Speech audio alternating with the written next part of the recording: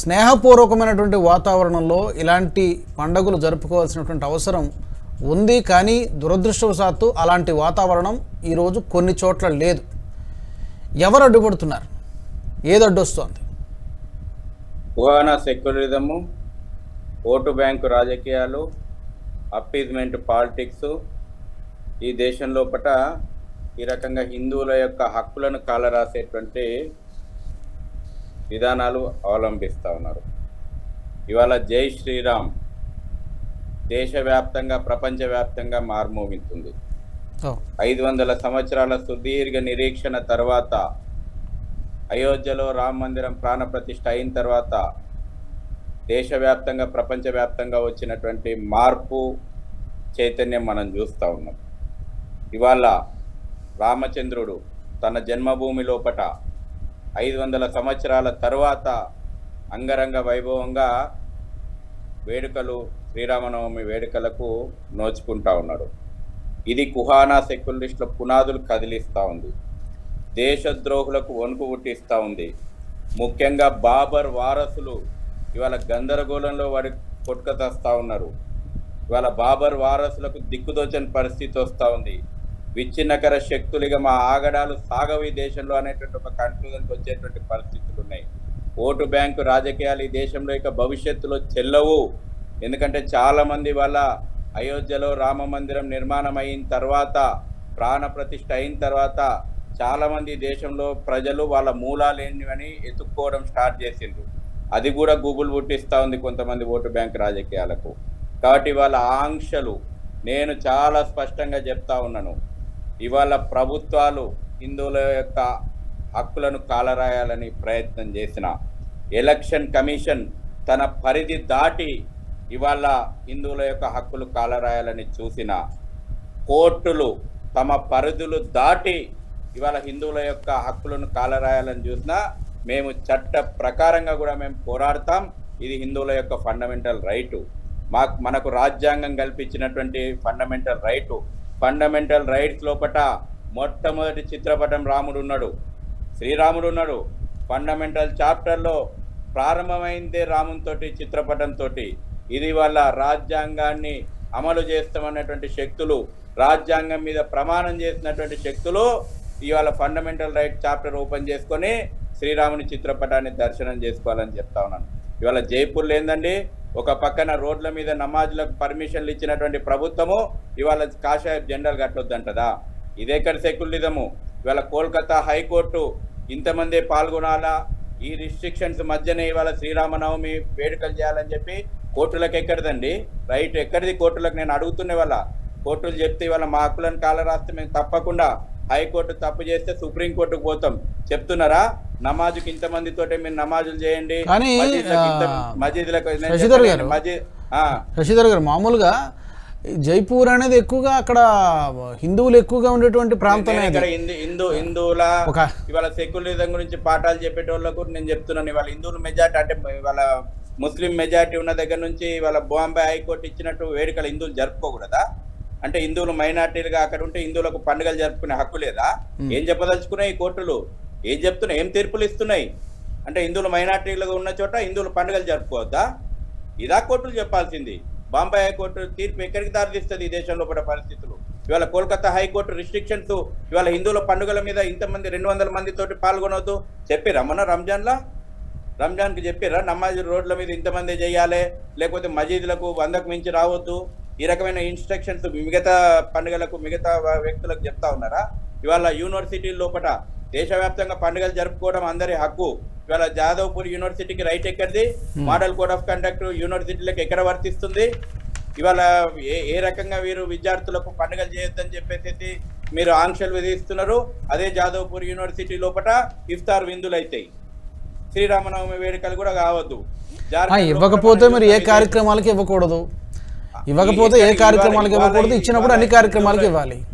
హిందువుల యొక్క హక్కులను కాలరాసేటువంటి ప్రయత్నాలు ఇవాళ రాజ్యాంగపరమైనటువంటి సంస్థలు చేస్తున్నాయి కదా, ఇది క్షమించరాదు. ఇవాళ తెలంగాణ లోపల మనం చూసినాం ఈ భద్రాచలం యొక్క లైవ్ టెలికాస్ట్ ఎవడు అడిగినండి? ప్రభుత్వానికి రైట్ ఎక్కడిది? ప్రభుత్వం ఎండోమెంట్ చట్టం, ఎండోమెంట్ మంత్రికి చెప్తున్నా నేను, నీకు హక్కే లేదు. రిచువల్స్ లోపల ఇంటర్ఫేర్ హక్కే ఎండోమెంట్ యాక్ట్ ప్రకారంగా కూడా నీకు లేదు.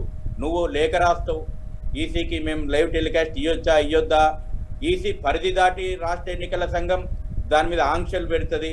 ఈసీకి కూడా హక్కు లేదు స్పిరిచువల్ యొక్క ఫండమెంటల్ ధార్మిక ఉత్సవాలను ఆపడం లోపల. వస్తాయి ఎలక్షన్లు వస్తాయి పోతాయి, 5 ఏళ్లకు పండుగలు వస్తుంటాయి, ఉత్సవాలు వస్తుంటాయి. ఈ ఉత్సవాలలో ఏలు పెట్టే అధికారం ఎలక్షన్ కమిషన్కు లేదు. చెప్తున్నా, మీ ఛానల్ ద్వారా చెప్తున్నా, న్యాయపరమైన ఉంటే నాకు నోటీస్ పంపుని, నేను మీకు సమాధానం ఇస్తా. ఎక్కడిది పరిధులు దాటి మీరు ఇంటర్ఫియర్ అవుతా ఉన్నారు. హిందువుల యొక్క పండుగలు అంటే అంత అలసైపోయిందా? హిందువుల యొక్క హక్కులను కాలరాయడం అంతా మీకు ఈజీ అయిపోయిందా? ఓకే భానుప్రకాష్ గారు, నేను ఒకటి చెప్తున్నాను, ఓడు ఇక్కడ ఉన్నోళ్ళు జై శ్రీరామ్ అనొద్దు, నేను జై శ్రీరామ్ అనొద్దు, నినాదాలు చేయొద్దు, జై శ్రీరామ్ అని అనొద్దు అని చెప్పి రాజకీయ ప్రకటనలు వస్తూ ఉన్నాయి. రాజకీయ నేతలు మీటింగ్లలో మాట్లాడుతున్నారు.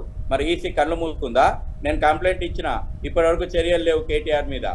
కాబట్టి ఇవన్నీ పరిస్థితులను చూస్తే ఇది ఖచ్చితంగా ఇది చట్టాలను ఏదైతే కుహానా సెక్యులరిజం మీద అప్పీల్మెంట్ రాజకీయాలు నడిపేటువంటి పార్టీలు అధికారంలో ఉన్న చోట ముస్లింలను బుజ్జగించడానికి, ఓటు బ్యాంకు రాజకీయాలను చేయడానికి ఇవాళ హిందువుల యొక్క పండుగలను అణిచివేసేటువంటి కుట్ర చేస్తూ ఉన్నది. దీన్ని మేము ఎదిరిస్తాము, చట్ట ప్రకారం ఎదిరిస్తాము, ప్రజాక్షేత్రంలో ఎదిరిస్తాము. ఎవరండి పండుగలకు రిస్ట్రిక్షన్స్ ఏంది? భానుప్రకాష్ గారు, మీరు కూడా చూసే ఉంటారు, మీరు కూడా గమనించే ఉంటారు, నిన్న ఆల్మోస్ట్ 8:30-9 వరకు కూడా ఈ సస్పెన్స్, భద్రాద్రిలో సీతారాముల కళ్యాణాన్ని ప్రత్యక్ష ప్రసారం చేయకూడదంటూ ఎన్నికల సంఘం చెప్పడం అనేది మనకి ఇన్ని సంవత్సరాల నుంచి జరుపుకుంటూ ఉన్నాం, ఇన్ని ఎన్నికలు మన అందరం కూడా చూసాం. కానీ ఎప్పుడు ఈ లైవ్ టెలికాస్ట్ మీద ఎప్పుడు కూడా ఇలాంటి పరిస్థితి రాలేదు. అఫ్కోర్స్ తర్వాత మళ్ళీ దానికి అనుమతించడం జరిగింది అనుకోండి. అసలు ఆ ప్రస్తావన ఎందుకు వచ్చింది, ఎలా చూస్తారు మీరు? అసలు ఇలాంటి ప్రస్తావన రాకూడదు, చాలా దురదృష్టం అండి. శ్రీరామచంద్రమూర్తి అందరివాడు, కొందరివాడు కాదు, అందరివాడు, అందరికీ కావాల్సిన వాడు. కొందరు అందుకోలేకున్నారు అంతే ఆయన. అలాంటి మతిస్థిమితం లేని వాళ్ళే ఇలా మాట్లాడతారు తప్ప ఈరోజు ఏందండి రెస్ట్రిక్షన్స్ ఏందండి? చూస్తే ఏమైపోతుంది, చచ్చిపోతారా ఏమన్నా చూస్తే గుడ్డ ఆగిపోయి? అందులో ఎన్నికల కోడ్ ఉల్లంఘన ఏముందో అయితే మరి సామాజిక అయితే మరి మనకైతే అర్థం కావట్లేదు. మన రంజాన్కి ఏమైంది? మిత్రుడు శశి చెప్పినట్టు రంజాన్కి ఏమైంది? వాళ్ళు మాత్రం రోడ్ల మీద ఏమంటే ఇఫ్తార్ విందులు విడిపోయి టొక్కులు వేసుకొని తినొచ్చు. మా రాముడు వస్తే మాత్రం, మా రాముడు పండుగలు వస్తే మాత్రం, మా వినాయక చవితి వస్తే మాత్రం వీళ్ళకి ఆంక్షలు, సడలింపులు, కోర్టులు కూడా ఇది మంచిది కాదండి. ఇష్టానుసారంగా ఉద్దేశపూర్వకంగా ఇలాంటి మాటలు మాట్లాడడం కానీ ఇవంటి, మాకు ధర్మం మీద అవగాహన ఉంది. ఈ ధార్మిక దేశంలో ఏ విధంగా దాన్ని పరిరక్షించుకొని ముందుకు పోవాలో మాకు కూడా తెలుసు. ఊరికే పరిమితి దాటి ఎవరంటే ఇష్టం వచ్చినట్టు మాట్లాడితే హిందువుల్లో ఉన్నటువంటి కోపాన్ని దయచేసి రెచ్చగొట్టద్దండి. నేను మీ ద్వారా మళ్ళీ చెప్తున్నా, మా పండగ, మన పండగ మేము చేసుకుంటాం. మేము శాంతి భద్రతకు ఎక్కడ భంగం కలిగించాలి మాకు ఉద్దేశం లేదే. అక్కడ పోవద్దు, వాళ్ళు రాళ్ళేస్తారు. నువ్వు ప్రొటెక్ట్ చేస్తున్న బాధ్యత నీకు పోలీస్ డిపార్ట్మెంట్, రాష్ట్ర ప్రభుత్వం అంది. నువ్వు జాగ్రత్తలు తీసుకో. వాడు రాయేస్తే నేను పోకూడదని చెప్పి నువ్వు నిలుపుతావు అంటే రూట్ కూడా వాళ్ళే డిసైడ్ చేస్తారు. మేము ఇష్టం వచ్చిన రూట్లో మేము పోకూడదా? ఇది మన దేశం కదా. అంటే భారతదేశంలో వాళ్ళు మాత్రమే వాళ్ళ పండుగలు వాళ్ళు చేసుకోవాలి. మన పండుగలు వచ్చినప్పుడు మాత్రం రెస్ట్రిక్షన్స్, నియంత్రణలు ఇవన్నీ మంచిది కాదండి. ఈ వేద భూమి, పుణ్యభూమి, పురాణ భూమి అయినటువంటి ఈ భూమి మీద, ఈ గడ్డ మీద మనం పుట్టడమే మనం చేసుకుంటే అదృష్టంగా మేము భావిస్తున్నాం. అలాంటి గడ్డ మీద మీరెవరంటే రెస్ట్రిక్షన్స్ పెట్టడం ఇది మంచిది కాదు. కాబట్టి మీ ద్వారా చెప్తున్నా, శ్రీరామ భక్తులు కానీ ఎవరు కానీ ఇది ఆంక్షలకి భయపడాల్సిన అవసరం లేదు. మీకు ధర్మం మన పక్కనుంది, ధర్మం మన పక్కనుంది. కాబట్టి మా మీద ఆంక్షలు విధించేదానికి ప్రభుత్వానికి హక్కు లేదు. ఖచ్చితంగా హిందువులు బంధువులందరికీ మళ్ళీ ఒకటే చెప్తున్నా, ఈ పరిస్థితి రావాలంటే ఒక మంచి ప్రభుత్వాలు ఉండాలండి. మంచి ప్రభుత్వాలు పరిపాలించేవాడు బాగుంటే ఇలాంటి రావు. ఒకసారి ఉత్తరప్రదేశ్ పై చూడమని చెప్పండి, యోగి గారు ఏ విధంగా నిర్ణయం తీసుకుంటున్నారో. ఒకసారి కేంద్రంలో నరేంద్ర మోడీ గారు ఏ విధంగా నిర్ణయాలు తీసుకుంటున్నారు. అంటే నేను వేరే మతాన్ని నేను కించపరచట్లేదు, మన మతాన్ని మనం రక్షించుకోవాలి. మా జోలికి మీరు రాకపోతే గౌరవంగా ఉంటుంది, మా జోలికి ఎవరన్నా వస్తే ఏ విధంగా ఉంటుందో ఒకసారి రుచి చూశారు. అవన్నీ జరగకూడదని చెప్పి ఒక శాంతియుత వాతావరణంలో మనం బ్రతకాలి, అన్నదమ్ముల మార్గం బ్రతకాలని చెప్పి మేము కోరుకుంటున్నాం. లేదు మాకు వేరే విధంగా ఉద్దేశాలు ఉంటాయి, వేరే విధంగా ఉన్నాయంటే మాత్రం హిందూ బంధువులు ఎవరు చూసుకుంటూ కూర్చుండే ప్రసక్తి లేదు. మళ్ళీ చెప్తున్నా, ఎటువంటి పరిస్థితుల్లోనూ ఈ నియంత్రించే ప్రక్రియ నుంచి పక్కకు పోవాలి. మన హిందూ పండుగల్ని ఎవరు కానీ రెస్ట్రిక్ట్ చేసే కానీ నియంత్రించే అధికారం వారికి లేవు అంటే ఎన్నికలు ఏం జరుగుతుందని చెప్పండి. ఇప్పుడు 23 అయితే శోభాయాత్ర ఉంది, మనం చేసుకుంటాం తిరుపతిలో, ఎవరికి అడ్డము?